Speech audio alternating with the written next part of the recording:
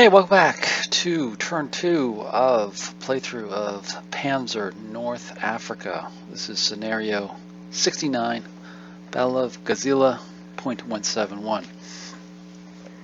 And we're on to turn number 2. If you watched the last video, you saw that turn 1 was getting on the board. A little rough start for the Italians. 2 tanks were knocked out.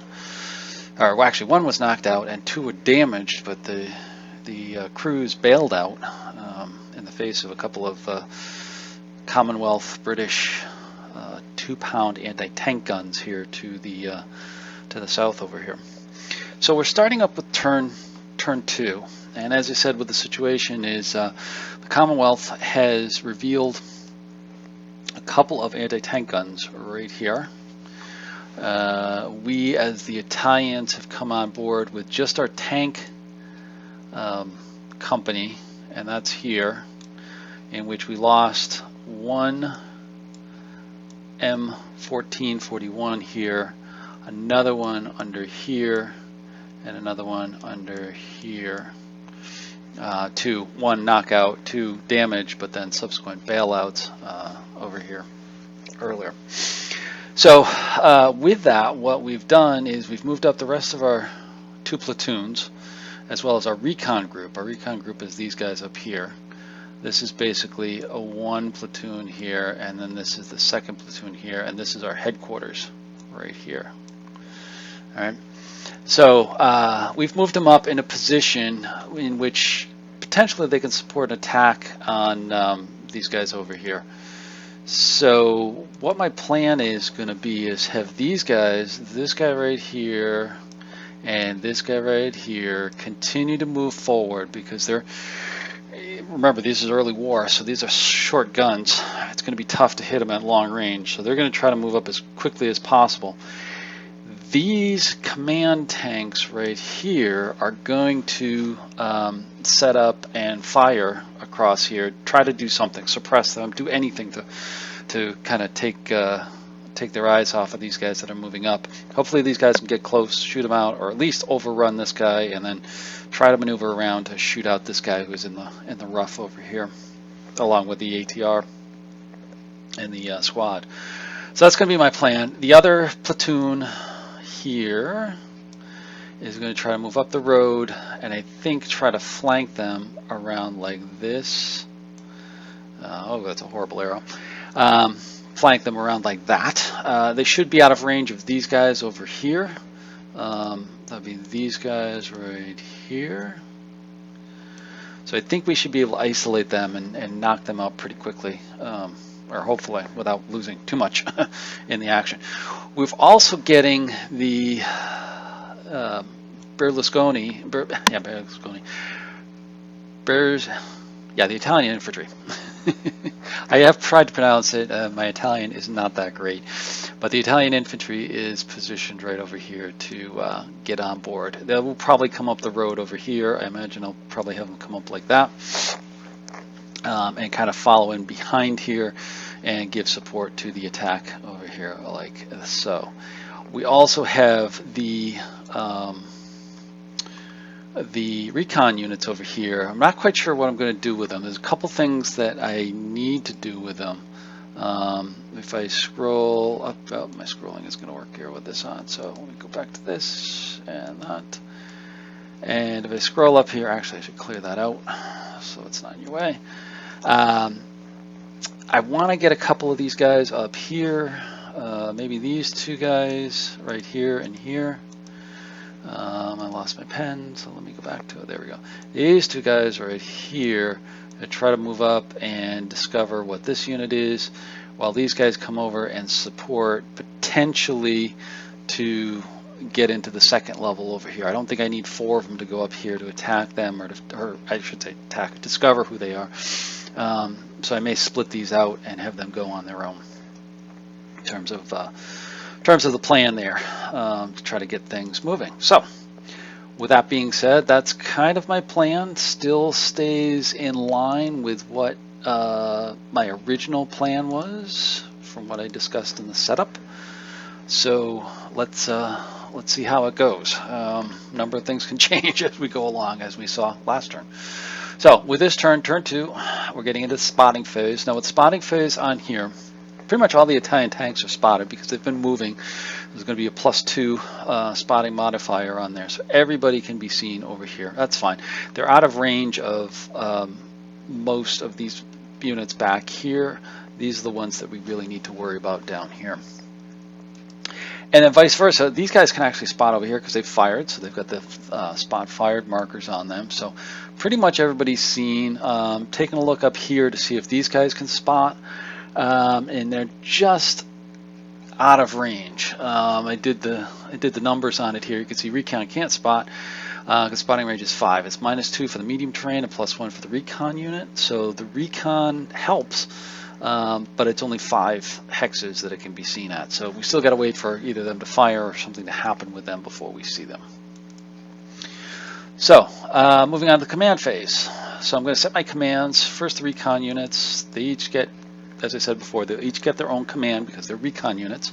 It's one of the beauties behind them, and really one of the reasons I like this game. You really get to use your recon as recon when they're trying to figure out who's who and what's what. Then next, we've got a little bit of change of command structure over here. Last time we had 6 commands based upon our command chart, but this time we're only going to get 4 commands. 1, 2, 3, 4 right there.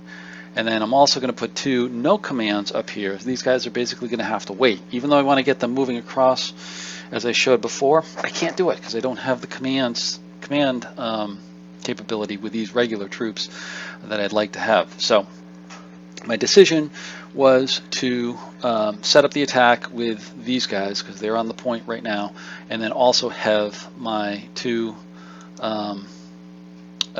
command tanks there support them in their attack. Hopefully we get them close and continue with them and hopefully suppress them, so then I can release maybe one or one of these stacks or both of these stacks of M1441s, so they can get around here. But I'm limited. Again, the Italian troops are not great. They're slightly below average, so it's going to be a little bit tough.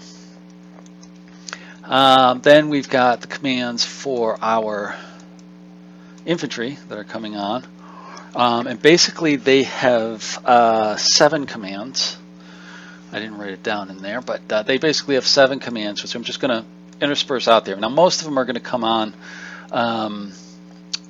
the board in groups, so it's not going to be a real big issue if I have extra commands or I need to divide them up there. So we'll see. So I clicked a little fast here, but they were into the initiative phase. We'll get a +20. We need greater than 50, and we roll a 10, of course. So that gets us 10 to 30. So the Commonwealth player is going to be first. This is going to be tough. I'm really worried here because I've got 2 anti-tank guns facing off against these light tanks. Particularly this guy. This guy can also be seen over here, plus an ATR. So this could be really bad for the Italians, but we'll see. For us as the Italians. So the combat phase. Indirect fire. Now, with this particular scenario, turn 2 starts some planned indirect fire missions. Now these, if you follow the standard rules with these are going to be basically planned artillery strikes on the board at predetermined targets. Now they're still somewhat random, and we're going to roll for those here in a second. And what's going to happen is that's going to strike at a particular hex. And you can see here that this one is hit 16. That is going to be on the, let's see, 2 to 3. That's going to be on 29Z8 for 1 turn. It's going to be GP, and it's going to be open. So if you followed, I'm not going to go through the details of the indirect fire here with it, but it's pretty simple. There's a lot to it, but it's pretty simple. Basically, it's GP, which means it's going to be general purpose rather than smoke or elimination or other. And it's going to be in an open pattern, which means it's going to cover 2 hexes that I've just clicked through, and you know, see, this is where it's landed. So the indirect fire is going to land in all of these hexes that I've put bombardment markers up here. So it's kind of not going to bother us this turn. But if we had units within here, they would automatically get attacked. If units moved through there, they would get attacked there as well. So we're going to have to face this over the course of the next 4 turns. You know, once this comes in, it can land pretty much anywhere, as you saw with that table that I just showed up there. So that's the indirect fire. We don't have any indirect fire so far. We may be able to do some later with some of our onboard indirect fire. So now we come up to direct fire, which, let me scroll it back down here. And this is where it's going to get ugly for us. So I'm going to do a command check on AT1. That's this guy right here, right there. And he rolls a, yeah, it's checking the priority of the target. So it's basically going to be the closest, nearest. And checking the range here. The range is 7, still in the medium range. Is 9. So basically he's going to be shooting at 113. This guy right over here, right with the knocked out, with the bailed out one right there. So he's going to fire at 113, medium range, small target moving, similar as last turn, so it's going to be less than 35 to hit. Okay, here we go. 56. Okay, miss. Okay, we're good. So that tank literally dodges a bullet coming off there. So he missed over here, but we've still got a couple more anti-tank units over here to deal with. So we've got AT2 rolling. Yeah, rolls a 67. So he's going to be shooting or firing, and he's going to basically shoot at the same target. It's going to be the nearest unit. And he rolls an 84, which is also a miss. So both anti-tank guns missed this time. So they got us on the ambush, but not on this turn. So next one is the rifle squad with the anti-tank rifle. Checking here. Let's see. Oops, there we go. So he's got a fire. So again, he's going to go after the same target because he's the nearest. And it's going to be, actually I made a mistake on this one here. I was just noticing. It actually should be long range, a small target moving. So it's actually going to be 21 or less for us to get a hit. So here we go. Rolls a 2. He actually gets a hit. So the ATR hits. This could be bad. Get knocked out by an anti-tank rifle. So this hit's going to be the location check is going to be front. So he rolls a 7, which gives us a front hull. Now the penetration's only a 4 at long range with an armor of 6. So we're going to do a variable penetration roll because you can see on the chart here that it's a ±2 from the variable penetration. So if he rolls high twice, we'll actually get a hit. Let's see, the first one, 2. That's actually a -1. And a 1, another -1. So it drops to a 2 to 6. Yeah, 2 to 6.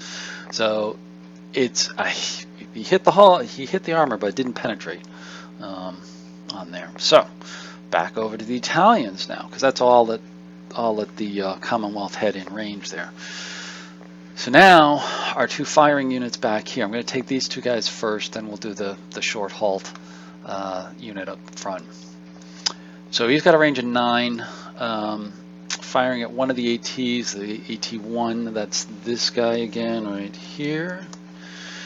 Let's see what we got. It's long range. I put in sun blind here. I'm not sure about this. This is one question I have outstanding here because it says the sun blind is only for AT fire, not GP fire. So this would actually be GP fire, not AT fire. Or AP fire. So I think that doesn't count over here. So it's actually the sunblind is 10, is a -10. So actually this reduces here for a little bit on here. But in the end, Sunblind is not going to be part of it. So suppresses, we've got 56 to 81, effective greater than 82, and rolls 87. Oh, the platoon commander tank is on target. He must have a really good gunner on there, because he hit with an effective, and that basically destroys the AT gun. So that was nice. Hit and destroyed the AT gun. So now we've got the other tank, which is 101, which is his buddy there, the part of the command unit. He's going to take a shot at the ATR.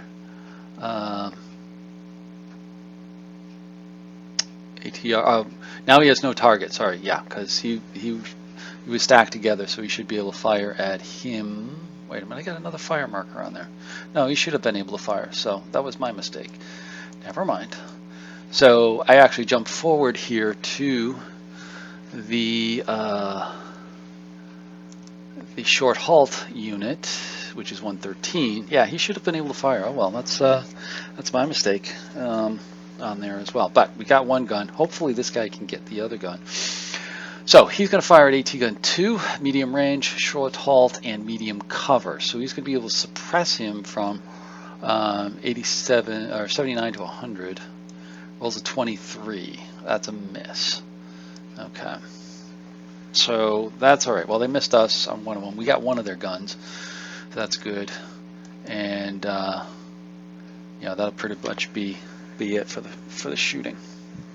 I wish I'd taken that other one, because that could have affected turn 3 there. But oh well, part of the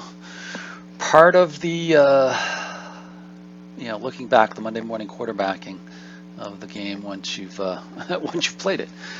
So now we move into the move phase. This is where the Germans and Italians are going to actually move and do their thing now, and then the Commonwealth will move after that. So we're going to have these guys start off moving down as far as they can. This is going to be off-road. You can see how much slower the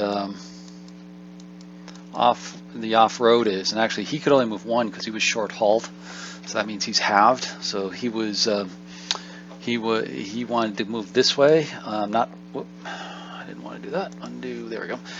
He wanted to move off-road completely rather than down the road, so he could only move one over there.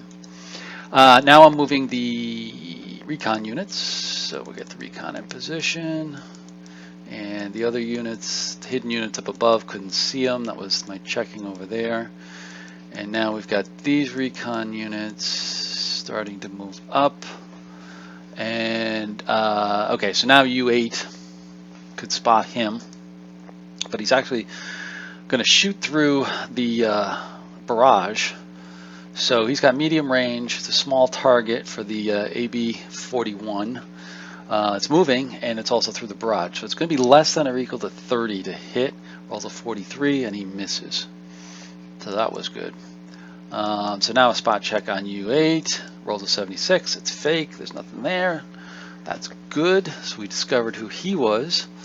And now we'll just move him, continue to move him around to there.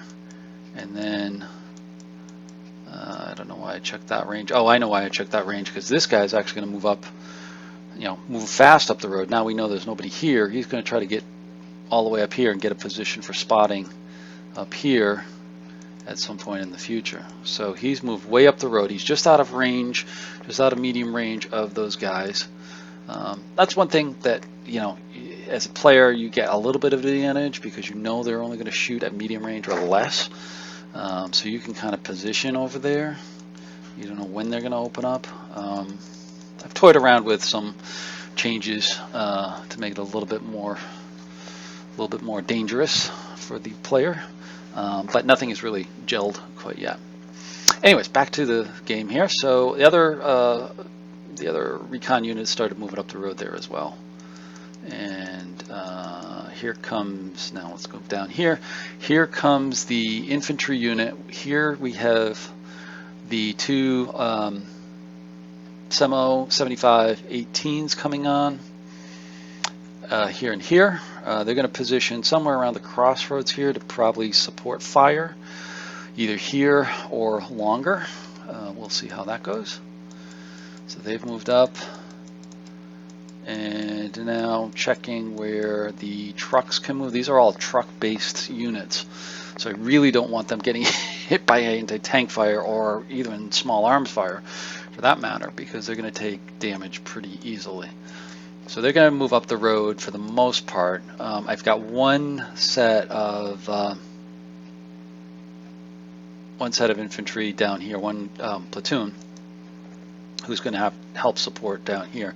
The rest of them are going to kind of move up the road here a little bit. But I am going to put my, let's see, that's not the command units. Where's the command units? That's not it. I want to make sure my command units stay in the command range.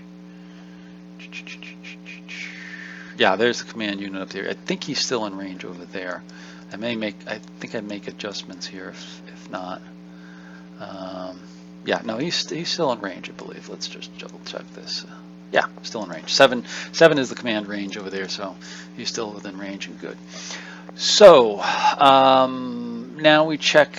We're over to the Commonwealth movement, and I'm going to just check for all the hidden units to see if they move. So we're going to, basically again go down the list like I did last turn.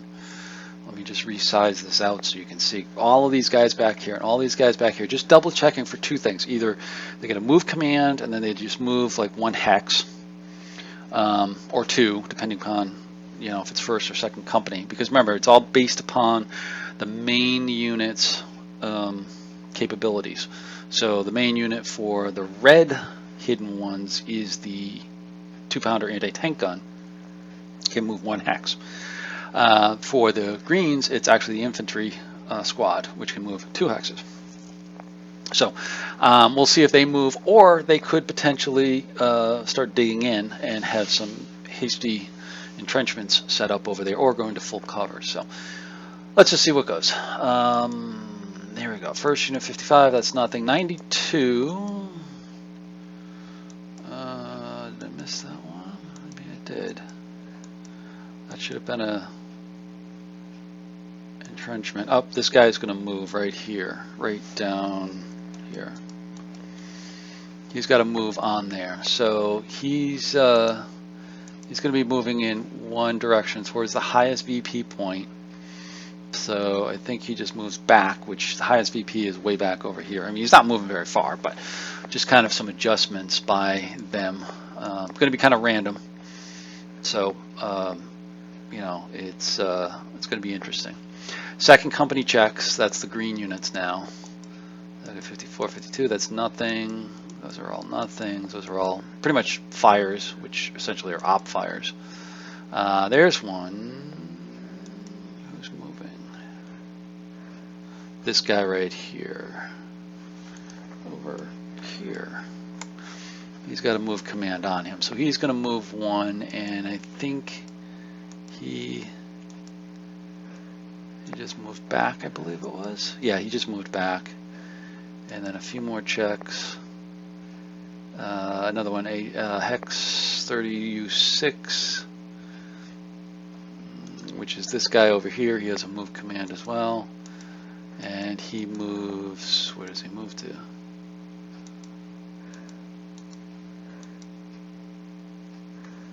There we go.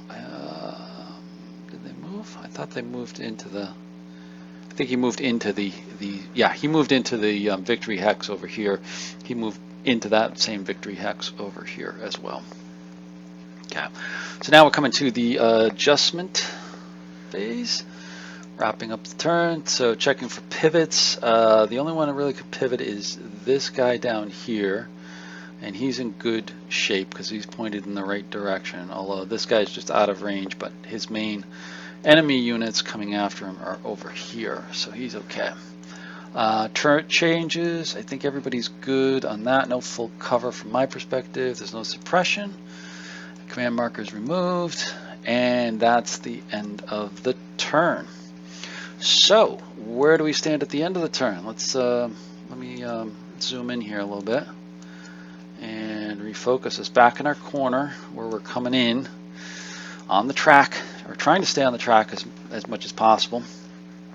We've got our infantry platoon on here now. We've moved up our tank platoon a little bit. We've gotten a little lucky. They've missed us for the most part in their fires. We've hit them, knocked out one AT gun. We've still got a second AT gun and an ATR sitting over here on here as well. And starting to move up our recon units up here. Now that we know there's nothing up here, this gives us a nice wide open run up here. So that's going to be interesting. I'm going to try to take advantage of that.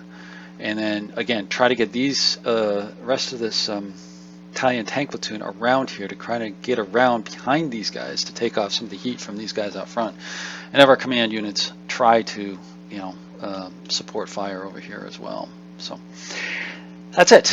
The end of turn 2. Hopefully you're enjoying this. Please, if you do, like the video. Please leave comments. I know there's a couple people